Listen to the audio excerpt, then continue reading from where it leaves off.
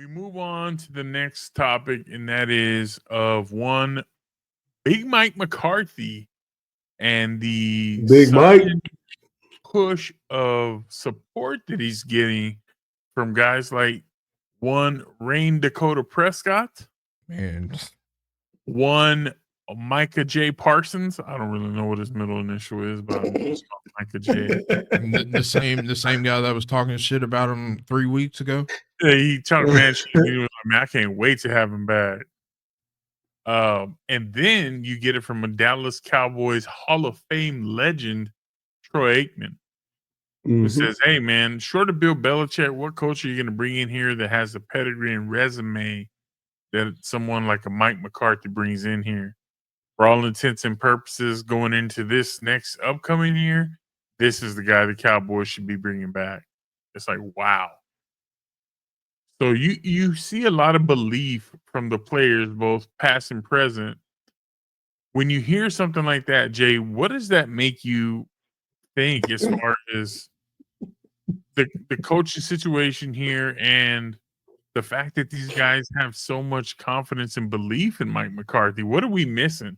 It pisses me off, bro, to be honest. But maybe I'm missing something. Maybe I don't see what they see. And hey, they may be in a better position because they were actually professional football players and we weren't. Cool. But from a fan perspective, I don't see it. I don't get it.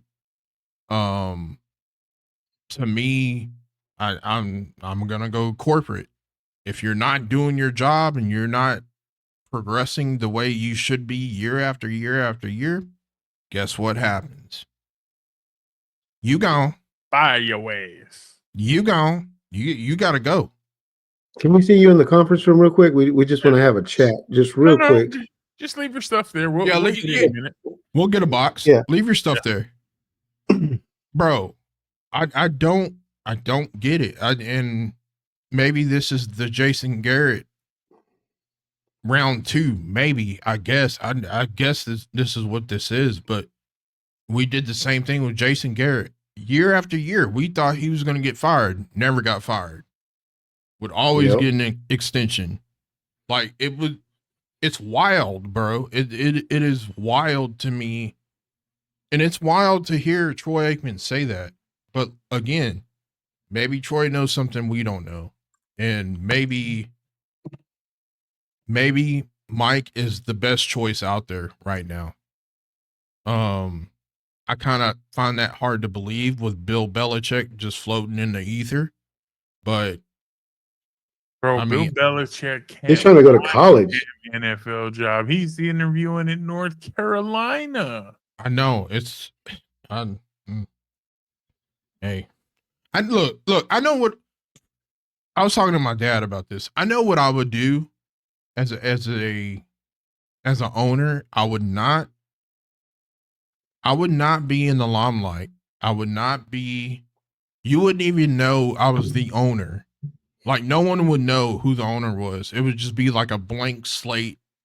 My coaches would run shit. I would tell the players that tried to come to me, don't come to me. Go to your coach. Talk to your coach. Your coach is running the team. I don't see you being that kind of owner. I swear I would be. I would be. I can't see it. Like, I would care about winning. I would care about winning that bad that I care more about championships than I care about my ego. I don't care about my ego. I care about if I owned $1 billion, more than $1 billion team. What are we valued at? What are the Cowboys valued at? I think it was like 10 or 11. Hands off, bro. My hands are off. I'm letting the guys that I hired run it. Couldn't the argument be though that we are at the $10 billion, $11 billion evaluation be because I am so hands-on? Like, with my hands on, look where we are. Bought the Cowboys for millions, and we're worth billions with a B. We're worth billions now because things progress over time. Things get more expensive over time. You start building more expensive crap over time. You start charging more over time. That's why merchandise gets higher over time. That's why we've built what we built. Yeah, but the value of a dollar also goes down over time. I think our value has gone up always. I think I feel like a American dollar don't go as currency. far as it's gone. I think in the American past. currency is still kind of more valuable than any other currency in the world. I think. I could be wrong, but I think it's still cash is king, as they say. And if you go overseas and you hand somebody American money, that means something. So It means you're from America? it means, it means, I don't want to say that because I don't want to sound, it's coming out, guys. nah, It's on the show. nah, nope. Tuck it in. You ain't gonna We're cancel me. listening. We're listening. We're listening. Yeah, Go ahead. no, I'm done. You ain't gonna cancel me. I'm done. What about you, Julio? What do you think about that support for Big Mike, man? And what do you think we're missing? Well, as fans, what are we missing? That's like, why the hell are these players so adamant that they want him back? I mean, again, you have to kind of take into account that we're looking at it from a fan's perspective. They're looking at it from a player's perspective, right? So they deal with him day in and day out, every single day. They see the things that we don't get to see, all the little intricacies, whether they be the way that now he's moving or might be changing up the way that he's coaching the team instead of being more of a friend, being more firm. We don't know that, of course, because we're not in there day to day to see what's going on. But I think it has a lot to do with, the way that he interacts with his team. I know that we've always talked about on the show that, when we look at him as from a fan's perspective, we think that he's more of a player friendly coach, right? We always say that. We've said that a million times, that he's a player friendly coach, that, he's going to try to make you his buddy and all that good stuff. And then I get glimpses. Yeah, I get glimpses though every time I'm watching a game, and especially yesterday when I watched the entirety of the game, you get those glimpses of what the hell are you guys doing out there, and him actually coming down on certain players, whether it be the offensive team, whether it be the defense coming off the field. You can see it in his face, like, what the hell are you thinking right now? Now, I know that it doesn't necessarily pan over to him every single time. Or Warrior, stupid idiot. I know that the camera doesn't necessarily pan over him every single time after the Cowboys come off the field. I'm pretty sure somebody has some sort of recording of it, but I feel that now during this portion of the season, which I don't know why it wouldn't have happened at the beginning. Again, I know that we've mentioned plenty of times that not everybody was there during OTAs, not everybody was present to go through all the, preseason, to get ready for the regular season type deal. So I know that there was stuff missing, but I seem to think, if I think about it from a player's perspective, if somebody's talking bad about my coach and we're still trying to win, we're still fighting to try to win. And again, I would rather see the Cowboys lose organically, as Joe likes to put it, instead of them actually rolling over and saying, fuck it, we're done with the season. I actually love and enjoy to see the fight in them. And I think that that's where they're starting to grow some sort of respect for Mike. And because of that, people can obviously tell now, they're just not rolling over and calling it quits for the rest of the season. They're trying to win these games. Obviously, yesterday didn't pan out for us. We lost that game in the fourth quarter. In the last 2 minutes, I think, or maybe 1 minute of the game, we lost that game. So it goes to show you that the team actually has his back as far as, hey, man, I'm going to stand up for my coach. We are still trying to fight. He is trying to get us to win these games, and he's not just saying, oh, the hell with it, let's just go out for a beer and let me put my arm around you and, hey, man, we're going to be best buddies for the rest of the season and don't worry about the rest of the season. He's he actually cares about whether they win or they lose. And you can obviously tell whenever he does a presser, whenever he does any type of talking to whatever media platform it is, he gives that sense of, yeah, we're not here to just, lose or tank the rest of the season and try to get a good draft pick. We're trying to win ball games. And yes, we lost a close one, but we're moving on to the next one, and we're going to see what we can do to win that game. So that's what I'm getting as far as I can tell from everybody, and everybody that's had their opinion, even, Troy, that said, who else are you going to get? I mean, he has a point. I mean, yeah, there are plenty of candidates out there, younger, possible candidates that could be head coaches here. But in essence, with the type of resume, as Joe likes to put it, that Mike has right now, he did lead us to what I think it was 3 or 4 consecutive 12-5 seasons. Yep. So as we see from this year, 12-5 ain't easy. And 12-5 ain't easy. So I mean, you can't really say he had a 6-10 season to start with, and then he went 3 consecutive seasons with 12-5. And I understand from a fan's perspective, we always, as everybody likes to throw it in my face, yeah, but we get to the playoffs and we lose in the first round. It's not easy to make it into the playoffs. I hate to break it to you. I hate to break it to you. It's not easy to make it to the playoffs. Yes, would we love to see the Cowboys go to the Super Bowl? I say it every year. We're going to the Super Bowl, but it's not just like, oh yeah, we're just going to go to the Super Bowl. We're already picked. We're going to just show up at the Super Bowl. We're going to win the Super Bowl. It's not as simple as that sounds. So for me, I think that he has the key players that he needs, backing him up, showing him support, which they should, because he is their head coach. He is the guy that's leading them when it comes to coaching. So I would like to see a change from a fan's perspective, but from a player's perspective, I can respect the fact that they have their coach's back and they show him that support to say, hey, you know what, our coach deserves another chance for a better season than what we've been producing so far. So now, that's what I see. Let me ask both of you guys a hypothetical. Let's just say, I mean, this is not going to happen, but let's say Detroit's offensive coordinator becomes available. Would you take him? Yeah, as a head coach.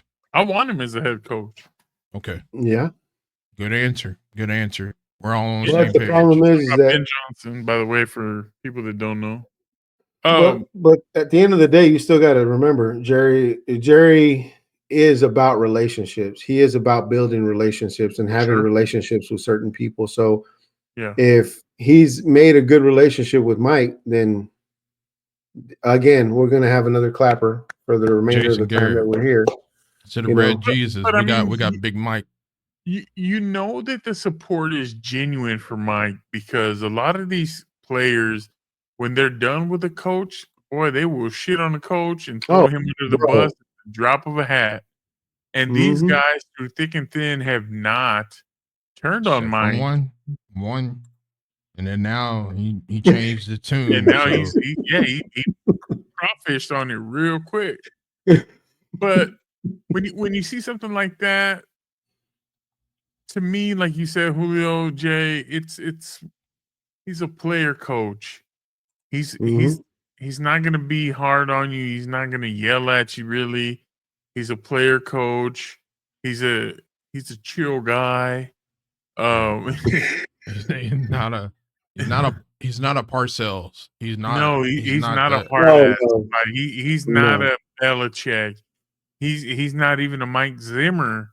He's just a guy that he's gonna, like you said, put his arm around you, kind of lift you up, give you that fatherly love and advice kind of guy. And I think the player, these generation of players, they really appreciate that more than a hard ass, more than a guy that's gonna be yelling at you, grabbing you by the face mask, cussing you out, telling you how you're stupid and you're doing things wrong and you're better than everybody else. He ain't gonna do that. Drop. I didn't like that growing up.